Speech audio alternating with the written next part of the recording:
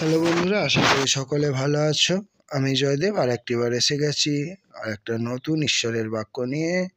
এসো আমরা প্রার্থনায় যাই। পবিত্র পবিত্র মঙ্গলময় প্রভু দল যিশু, তো আমার ধন্যবাদ করি, গৌরব করি, প্রশংসা করি প্রভু যিশু। এই সুন্দর দিন দিলে প্রভু, বাঁচিয়ে রাখলে, সুস্থ রাখলে, তুমি ধন্যবাদ জানাই প্রভু। যারা যারা তোমার এই আরাধনা উপাসনা শুনছে প্রভু, তাদের সকলকে তুমি আশীর্বাদ করো, সকলে সহমতি হও প্রভু। যারা পড়াশোনা করছে মনোযোগী আত্মা দাও, যারা চাকরির জন্য চেষ্টা করছে তাদের চাকরি পেতে তুমি সাহায্য করো। যারা অসুস্থ আছে ঘরে, হসপিটালে, নার্সিং হোমে, তাদের সকলকে স্পর্শ করো। ছোট ছোট শিশুদের ভালো রাখো, সমস্ত ভার তুমি নাও, সকলকে আশীর্বাদ করো। এখন তোমার আরাধনায় আমাকে যেতে তুমি সাহায্য করো, প্রভু যীশু খ্রিস্টের নামে যাই, আমিন। প্রভু যিশুর মতো ভাই আর কেহ নাই, প্রভু যিশুর মতো ভাই আর কেহ নাই। পাপীর তরে ক্রুশের পরে যিশু দিলেন প্রাণ, যিশু দিলেন প্রাণ। ভব নদী ভারী দুস্তর পারি, কার নামে ভাই চালাও তরি। নামের বইটা বাহিয়া চলো, যিশু করবেন পার, যিশু করবেন পার। যিশু পরম দয়ালু করুণাময়, তার করুণার সীমা নাই, সীমা নাই। পাপীর তরে ক্রুশের পরে যিশু দিলেন প্রাণ, যিশু দিলেন প্রাণ। যেজন ডাকে যিশু নামে, সেজন যাবে অমর ধামে, থাকিবে সেখানে অমর হয়ে।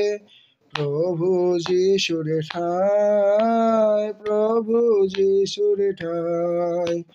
প্রভু যিশুর মতো ভাই আর কেহ নাই। এখন আমি বাক্যে যাব।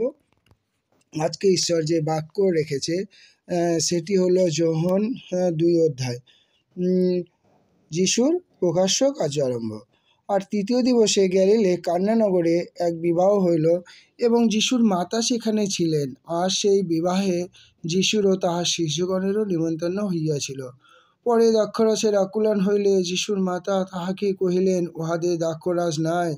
যিশু তাহাকে বলিলেন, হে নারী, আমার সঙ্গে তোমার বিষয় কি? আমার সময় এখনো উপস্থিত হয় নাই।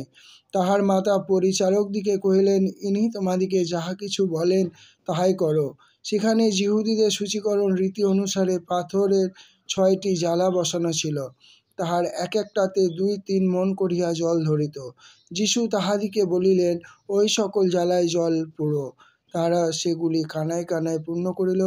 পরে তিনি তাহাদিকে বলিলেন, এখানে উহা হইতে কিছু তুলিয়া ভোজাদক্ষের নিকটে লইয়া যাও। তাহারা লইয়া গেল। ভোজাদক্ষ যখন সেই জল, যাহা দ্রাক্ষরস হইয়া গিয়েছিল, আস্বাদন করিলেন, আর তাহা কোথা হইতে আসিল তাহা জানিতেন না, কিন্তু যে পরিচারকেরা জল তুলিতেছিল তাহারা জানিত। তখন ভোজাদক্ষ বরকে ডাকিয়া কহিলেন, সকল লোকেই প্রথমে উত্তম দ্রাক্ষরস পরিবেশন করে, এবং যথেষ্ট পান করা হইলে পর তা অপেক্ষা কিছু মন্দ পরিবেশন করে।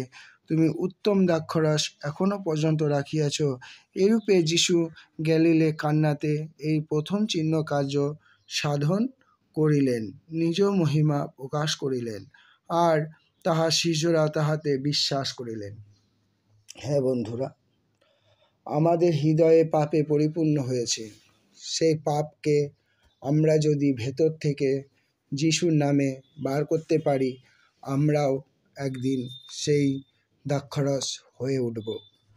গ্যালিল হলো একটা শহর। সেই শহরে একটা জায়গার নাম কান্না বা নগর। সেখানের একটা বিবাহ, সেই নগরে একটা বিবাহ বাড়িতে নিমন্ত্রণ পেয়েছিলেন যিশু এবং তার মা এবং তার শিষ্যরা। সকলে নিমন্ত্রণ করেছিলেন, সকলকেই। সেই গৃহকর্তা, ভোজের যে কর্তা, শিষ্যদেরকেও নিমন্ত্রণ করেছিলেন। যখন বিয়ে বাড়িতে দ্রাক্ষরস অকুলান মানে শেষ হয়ে গেছিল, খুব চিন্তায় পড়ে গিয়েছিল, কি হবে, কোথায় যাব, যেমন স্বাভাবিক হয়ে থাকে যেটা। তখন যিশুর মা মরিয়ম আগে থেকেই জানতেন যে যিশুর পরিচয় বা সে কি করতে পারে, এইখানে একটা বাক্য লেখা আছে, হে নারী, আমার সঙ্গে তোমার বিষয় কি? কারণ যিশু ছিলেন ঈশ্বরের পুত্র, পবিত্র আত্মা, সেই আত্মার মাধ্যমে মরিয়মের গর্ভে যিশু জন্ম। তখন বিয়ে বাড়িতে পরিবেশন করছিলেন যারা, তাদেরকে যিশুর মা বললেন যে ইনি যাহা কিছু বলে তাহাই করো। সে বাড়িতে 6টি জ্বালা ছিল, এক একটি জ্বালাতে 2-3 মণ জল ধরিত। সেই জ্বালার জল কিনারায় কিনারায় মানে পুরো ভর্তি জল করতে হলো। সব জল দ্রাক্ষারসে পরিপূর্ণ হয়ে গেল এবং সেই রসের স্বাদ অনেক ভালো ছিল, অনেক ভালো, মানে অনেক ভালো। কারণ এখানে লেখা, প্রথমে সবাই উত্তম দ্রাক্ষরস পরিবেশন করে, তারপরে একটু খারাপ দ্রাক্ষরস পরিবেশন করে বা মন্দ দ্রাক্ষরস পরিবেশন করে। তুমি এখনো পর্যন্ত উত্তম দ্রাক্ষরস রেখেছ। অনুষ্ঠান শেষ হতে চললো, তুমি এখন উত্তম দ্রাক্ষরস রেখেছ। হে বন্ধুরা, আমরা যদি আমাদের হৃদয়ের দুয়ার খুলে যিশু পিতার কাছে প্রার্থনা করে বিশ্বাস করি, তাহলে উত্তম আমরাও সেই দ্রাক্ষরস হয়ে উঠব। আজকের মতো এই আরাধনা উপাসনা আমি তোমাদের কাছে নিয়ে এসেছি। তোমাদের যদি ভালো লাগে আমার এই আরাধনা উপাসনা, আমার পাশে থাকবে, আমার কে শেয়ার করবে, লাইক করবে, সাবস্ক্রাইব করবে। আমি অনেক ছোট ইউটিউবার, আমি এখন ভালো করে ঈশ্বরকে জানিও না, ঈশ্বরকে ভালো করে বুঝতেও পারিনি।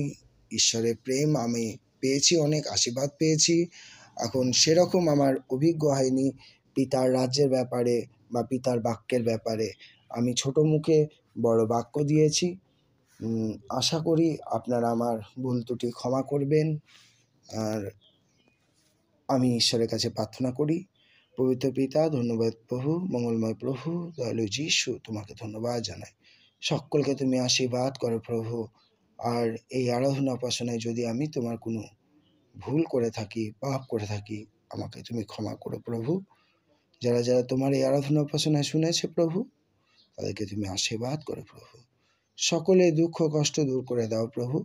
সকলের ভাণ্ডারকে পরিপূর্ণ করো, সকলের অভাব অনটন দূর করো, সকলের প্রার্থনার উত্তর তুমি দাও। আমার ত্রাণকর্তা প্রিয় প্রভু যীশু খ্রিস্টের নামে যায়, আমেন।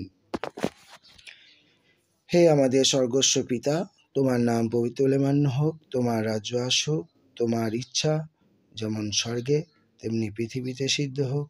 আমাদের প্রয়োজনীয় খাদ্য আজ আমাদের দাও, আর আমাদের অপরাধ সকল ক্ষমা করো, যেমন আমরা আপন আপন অপরাধীকে ক্ষমা করিয়াছি। আর আমাদের পরীক্ষা নিও না, কিন্তু মন হইতে রক্ষা করো, যেহেতু রাজ্য পরাক্রম মহিমা যুগে যুগে তোমারই হোক, আমেন।